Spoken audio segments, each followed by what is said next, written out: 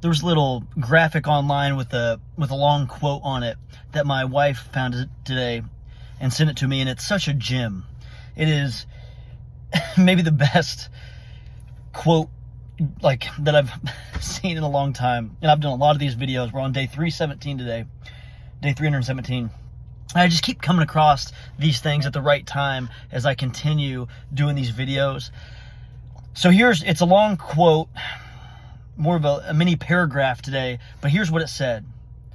It says, "You'll cry over a sermon, but won't change a habit. Feeling moved isn't the goal. Being transformed is. Tears are not the measure of change. Obedience is. Emotion fades, but action endures. It's not enough to be inspired on Sunday and unchanged on Monday. God's word is meant to shape your decisions, not just stir your feelings.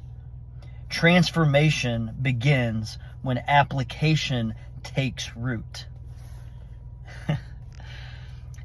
And I thought a lot about this over the last 24 hours. She saw it yesterday. So she sent it to me, and I've been thinking about this over the past day. It's like so many people, even unknowingly, and not even in bad intention, I don't think, because I've lived in many seasons like this in the past, but so many people go to church to gain this emotional experience to where they just feel a little bit better about their current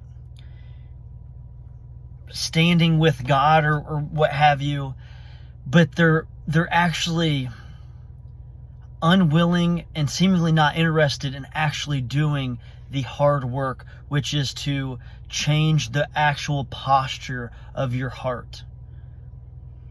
I've said it many times, but it's like you pray for patience, and it's not like your brain zapped and all of a sudden you're the most patient person in the world. In reality, you might be faced with a situation that you get really angry about something, or someone is taking their sweet time in front of you at the store, and you just have now all of a sudden have this opportunity to demonstrate patience. And we don't want to have to learn that way. We don't want to have to learn through doing difficult things. And that's why I always go back to exercise and doing hard things and that unchosen suffering, because we're going to have to,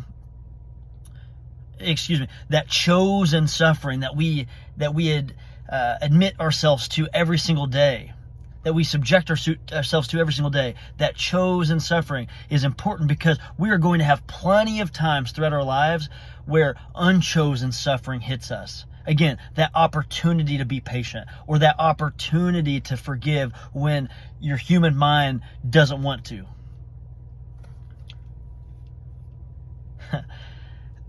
It's hard to actually be transformed. It's hard to have to rely on something outside of your own control, something above and beyond yourself, God,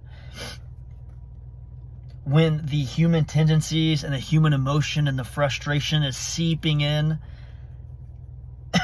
That's where the rubber meets the road. That's where you can start to truly demonstrate obedience in action. But emotion fades. The tears from the sermon dry up. But it's the actual action, the doing the hard thing, even when you don't feel like doing it. And that's why I'm so big on discipline. Some people I've talked to throughout these 317 days of doing these videos, they don't seemingly understand. In fact, some people are kind of outright judgmental, and that's fine. But I think like the elevator pitch that I'm trying to develop around my testimony for God, and the reason that I feel like I'm put on this earth, is around discipline. And it's like, I might not be someone that can sing well, or that can get up on a stage and preach in front of thousands of people, or someone that is an elite biblical scholar. But one thing that I think that God has given me the ability to do is to demonstrate discipline even when I don't feel like it.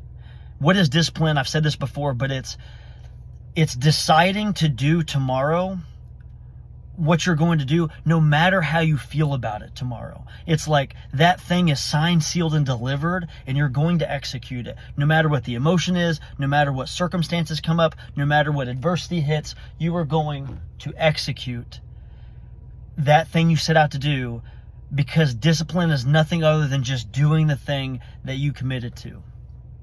And that's hard. That's challenging. And I think it's that kind of, it's like just being disciplined with our habits as it relates to, we go to church, and we're in the community, and we watch these videos, and we read the Bible, and we're intaking and consuming all this information. And it's like, well, what do we want to do about it? Do we want to just have an emotional experience? Do we want to just feel better? Do we want people to just tell us that we're doing a good job and just feel better for a short time? Do we want to just be inspired on Sunday? Or do we actually want to be changed on Monday through Saturday?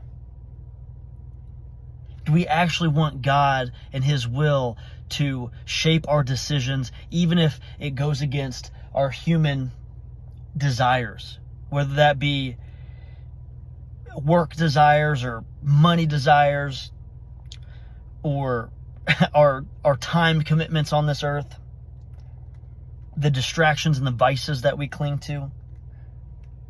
So this, again, I'm going to just read this again one more time in closing because I think it's that important.